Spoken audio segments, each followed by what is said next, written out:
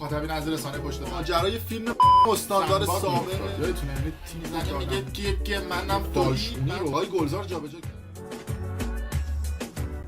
درود به مخاطبین عزیز، بنده امین فردین خوشحالم که به همراه تیمم بار دیگه با یک برنامه پشت پرده دیگه با شما هستیم. امیدوارم که هر کجا این کره خاکی که هستید و صدا و تصویر من رو میبینید و میشنوید حال دلتون خوب باشه، جیبتون پرپول باشه و از همه مهمتر سالم و سرحال باشید. امروز قصد داریم که در برنامه پشت پرده یه سری از این مجریهای به ظاهر مذهبی صدا و سیما رو برای شما افشا بکنیم. یه چند وقتی بود قفلی نزده بودیم روی این مداها و مجریا و افرادی که ظاهرشون رو میبینید میگید که اوه این 2 دقیقه دیگه شهید میشه، اما وقتی یک گشت و گذاری در پشت پرده این افراد میکنید متوجه میشید که پر از ریا و دروغن و پر از تظاهرن. افرادی که یقشون رو تا خشتک میبندن، روی پیشونیشون جای مهر، دمپایی و جوراب سفید، بسم الله و تسبیحشون به راه افتادن تو این راهروها و جاهای مختلف و هرچی پست و مقام اشغال کردن و تو اون مملکت شایسته سالاری و نخبه پروری جاشو به پخمه پروری و خایمال پروری داده به معنای واقعی کلمه. امروز میخوایم راجع به پشت پرده های این چهره خانم فضل سادات حسینی، مجری به ظاهر مذهبی صدا و سیما صحبت بکنیم. یه عکس دیگه هم داره این گوشه میذارم که تا آخر ویدیو باشه و ببینید که این مجریه که اینجوری ره 100 ساله رو یک شبه میرن با ظاهر مذهبی و یه ده از این خانواده ها همینا رو میکنن الگوی خودشون و میزنن تو سر دختراشون، میگن ببینید طرف محجب است، ببینید طرف چقدر موفقه، خاک تو سر تو که نمیتونی موفق بشی و فلان و بیسان و بهمان. و یاد بگیر. امروز میخوام راجع پشت پرده ایشون به شما بگیم که چه جوری وارد صدا و سیما شد، چه مسیری رو رفت، با کیا ارتباط گرفت و به کجاها که نرسید. البته این قسمت اول افشاگری ما در خصوص مجریها و خبرنگارهای صدا و سیما است. راجع به اون بازجو خبرنگارها و افراد مختلف هم توی قسمت‌های بعدی صحبت میکنیم. کلا من خیلی اهل نمیدونم کلمات قلم به سلم بگفتن و نمیدونم به در بگم دیوار بشنوه نیستم. رک و مستقیم توی ویدیوهام راجع به این موضوعات صحبت خواهم کرد. اما قبل از اینکه من راجع به ایشون افشاگری بکنم و راجع به پشت پرده‌اش به شما بگم و این نکته هم بگم که آبروی مؤمن نیست این چیزهایی که من دارم میگم، واقعیت زندگی ایشونه. اگر واقعیت یک کسی اینقدر درب و داغون و کثیف و پیچیده است، مقصرش خودشه. مثل اون داستان بوده که یکی رفته یکی دیگر رو کرده، حالش رو اینوری کرده، هولش هم اون یکی کرده، بعد ویدیوش که میاد بیرون یا تصاویرش که لو میره فوشش رو به ما میدن، بابا یکی دیگه داده، یکی دیگه کرده، ولت به من چه؟ این وسط هم اینجوریه، یکی دیگه لابی کرده، یکی دیگه یه جایگاهی رو اشغال کرده. ببینید و سری سمت‌ها این افراد که میگیرن جایگاه یه سری افرادی که شایسته هستن رو اشغال میکنن و این موضوع و مسئله مهمه. اون آدمی که واقعا حقشه، درسشو خونده، استعدادشو داره، نمیتونه تو اون جایگاه باشه. یه شخصی میاد به راحتی میشه مجری صدا و سیما، مجری خبرنگار. یا حداقل این به منی که تو صدا و سیما بودم میرسه که بگم، چون بودم تو اون سیستم و دیدم تو اون سیستم چطوری بوده. و هر کی بیشتر خایمالی بکنه و هر کی بیشتر براشون بماله میتونه جایگاه بیشتری داشته باشه. البته این مختص به صدا و سیما نیست، تو همه ادارات و سازمان‌ها همین هست. من اینقدر واضح میگم چون کسی جرئت نمیکنه اینطوری بگه، یا اصطلاحاً میگن که زشته، تو چقدر اینقدر بی‌ادب و بی‌تربیته. بابا اصل داستان اینه، اون داستانه اینقدر بی‌ادب و بی‌تربیته که من دارم میگمش. من اون روایت میکنم، ببینید اون روایته چقدر فاجعه آمیزه که گفتنش میشه تلخ. اول راجع به خانم فضل سادات حسینی ویدیویی که از ایشون اومد بیرون رو ببینیم که داستان از چه قراره، اصلا ایشون خودش رو چجوری معرفی میکنه، پرزنتی که صدا و سیما از ایشون میکنه تو تلویزیون شبکه افق و ایکس و وای و زد چه پرزنتی از ایشون میشه و واقعیتی که اطلاعاتش در اختیار منه چیه. از وقتی یادم میاد خب همیشه نمازهای جماعت و مراسم های مسجد از کودکی برای من و حالا مادرم یا برادرم همراه پدر و مادر بوده.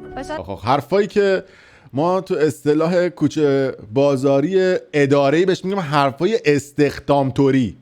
یعنی این حرفا که من بچگی توی محیط مذهبی بودم، وی چشم در یک خانواده مذهبی گشود، نمیدونم بچگی نماز جماعت و اینا خوراک گزینشه که اینا سوراخو بلدن که چه ادبیاتی استفاده بکنن. حالا یه مقدار میخوام پرزنت خودش رو ببینید و بعد برسیم به اصل ماجرا. نزدیکترین آدم ها به تفکر ما و اعتقادات ما، آدم هایی که امن بودن برای ما، همین دوستان مسجدی بودن. خیلی از کارها و برنامه‌های دوستان مسجدی، اینا رو من از عمد گذاشتم که ببینید چه کارا که نمی‌کنن اینا. زندگی ماها حول مسجد شکل گرفت. اگرچه با اون نقطه‌ای که در اسلام ترسیم شده شاید هنوز خیلی فاصله داشته باشه، اما مسجد به عنوان یک قطب مهم در هر محله میتونه اثرگذار باشه. یه خاطره خیلی شیرین فقط خاطره رو ولش کن. خاطره شوهر کرد. خیلی وارد بحث مذهبی نمیشم چون اعتقاد دارم که احترام به عقاید افراد یه اصل هستش. ما خط قرمزمون هم همینه، یعنی مسائل مذهبی و مسائل سیاسی رو توش دخالت نمی‌کنیم تا جایی که ببینیم آسیب مستقیمش به مردم وارد میشه و نگفتن اون قضیه آسیب بیشتری میشه. اولا اینکه خانم فضل سادات حسینی همه جا میاد میگه که من متولد 5 مهر 1365 ام. در خصوص این اتفاق هم باید بگم که ادعا میکنه که من عاشق مهر ماهم و نمیدونم از این صحبته، اما ایشون متولد 30 شهریور ماه 1364 با امیر تتلو تولدش تو یک روزه، یک روز بعد از تولد من 29 شهریورم، ایشون 30 شهریور متولد کاشانه. همه جا اعلام میکنه که مجرد بوده و تا الان ازدواج نکرده، اما در کارنامه ازدواجی ایشون 2 ازدواج ثبت شده که ازدواج آخرش هم با پسر عمش بود. بعد از اینکه از پسر عمش جدا میشه وارد تحریریه صدا و سیما شبکه خبر میشه و اونجا با جهاندار امیری که اون موقع معاون شبکه خبر بود و بعدش ارتقا پیدا میکنه میشه مدیر شبکه خبر کرمانشاهی و دیگه یه رابطه و دوستی با جهاندار امیری برقرار میکنه. جهاندار امیری الان در حال حاضر هم استاد صدا و سیما، منم تو صدا و سیما 1-2 بار دیده بودمش. حالا یه خاطره هم دارم از ایشون، حالا در این ویدیو نمیگنجه که من راجع به جهاندار امیری بگم. من حتی پدرشون هم دیدم من نزدیک و توی اون روستاشون هم رفته بودم گزارش گرفتم. یه چند تا باکس خبری فرعی به ایشون میده و بعدش خب به حال کارش راه میافته، میگه رفاقت کردن و دوستی کردن و ناراحت میشم شما چیزای دیگه ای برداشت بکنید، شما فقط تمام تمرکزتون رو بذارید رو اسپانسر محترم برنامه و اصلا به چیزای دیگه فکر نکنید. اما یه چند وقتی توی باکس‌های فرعی شبکه خبر کار مجریگری انجام میده، بعدش هم رفته تو مصاحبه اعلام کرد که آره من تسلط داشتم به زبان انگلیسی و فلان و اینا، به خاطر همین تونستم مثلا تو بخشای انگلیسی و اینا هم باشه. حالا با اینا کاری نداره. میره با همسر آقای سید مهداد سید مهدی این چهره که در حال حاضر شدن مدیر روابط عمومی بیت، قبلش ایشون مدیر عامل خبرگزاری صدا و سیما بودن یا همون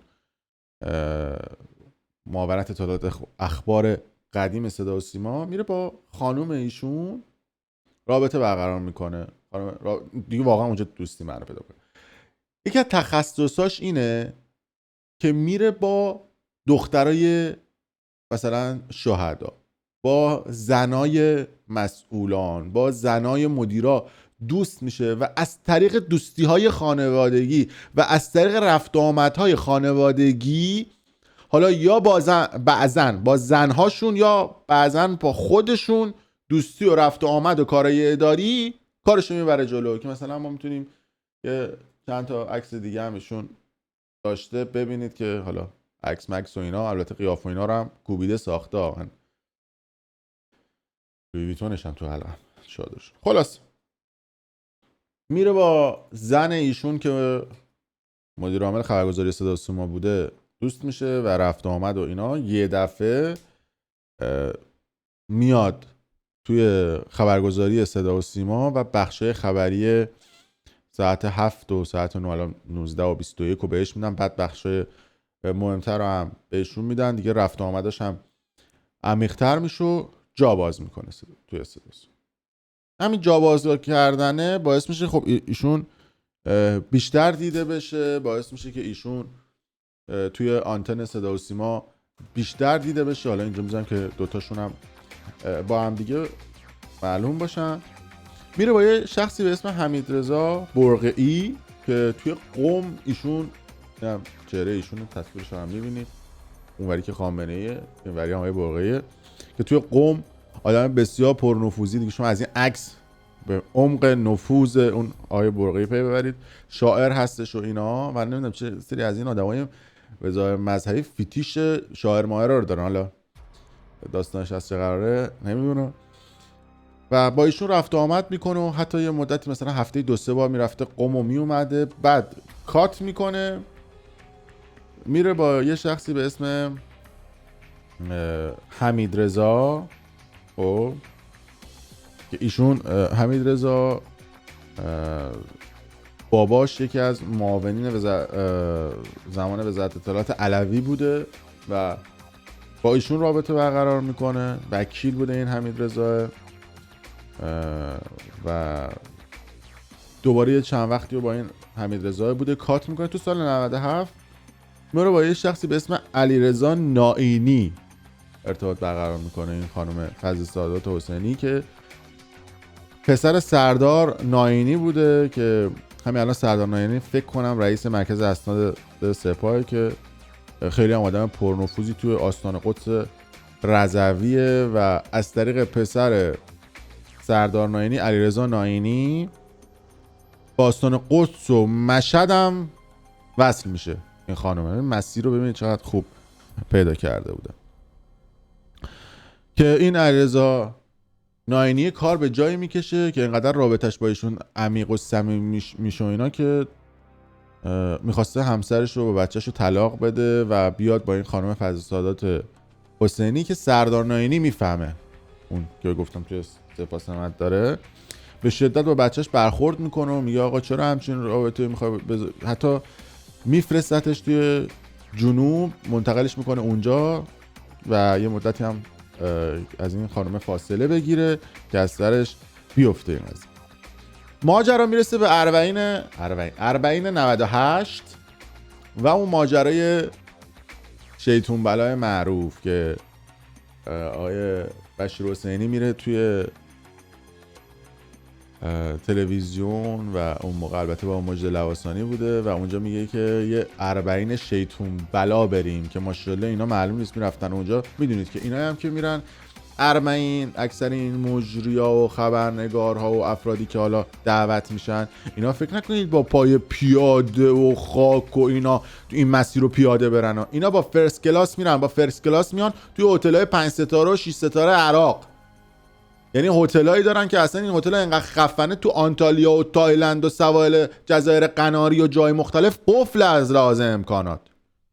وضعشون هم خوبه دیگه. دیدید عراقی انقدر وضعشون خوبه میان تو ایران عملیات زیبایی هم انجام میدن. اسمش بده پولشون زیاده تو عراق. یعنی منظورم که فکر نکنید که حالا مثلا عراقو میگیم فکر کنید یه جای درب و داغون و جنگ زده است. نه بابا 100 برابر ایران با کلاستر یه سری از شهرهاش و جای مختلفش. خلاصه توی 98 با یه شخصی به اسم حامد عسکری آشنا میشه و حالا با مجد لواسانی هم یه مشکلاتی میخوره. اما خب این بشیر حسینی حسابی شیطون بلابازی هم با ایشون در میاد. با حامد عسکریه که رابطه برقرار میکنه میشه تهیه کننده یه سری از ترک های مذهبی. نگاه کنید حالا من بزرگش هم میکنم به اسم بی‌نازنین 14 همچین چیزی. تهیه کنندش فضل سعادت حسینی بود. اصلا ایشون سیسش مگه به تهیه کننده میخوره. حامد عسکری که دوستش بوده میاد اونجا حالت راوی و نویسنده هستش.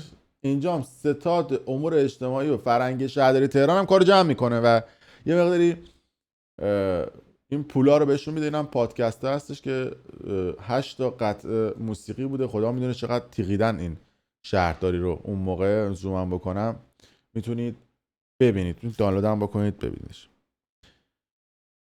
بعد با این آقای حامد عسکری این خانم فضل سعادت حسینی کات میکنه، ارتباط و گل اصلی رو جایی میزنه که ارتباط میگیره با خانواده رئیسی، از جمله دختر ابراهیم رئیسی رئیس جمهور فعلی ایران، ریحانه، که از طریق ریحانه وصل میشه به خانواده علم‌الهدی و یه سری افراد دیگه که میدونید زن ابراهیم رئیسی هم خانم علم‌الهدی هم که باباش امام جمعه مشهد و ماجرای امپراتوری مشهد رو هم میدونید.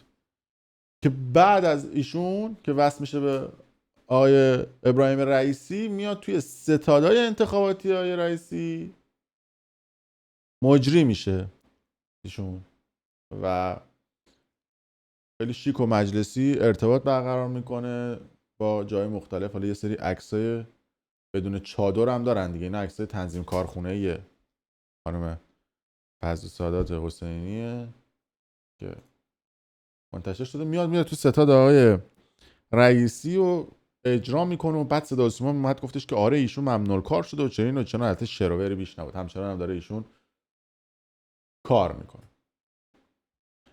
از طریق دختر آقای رئیسی میاد به کی وصل میشه؟ به این چهره، ماجد علم‌الهدی که میشده دایی اینا.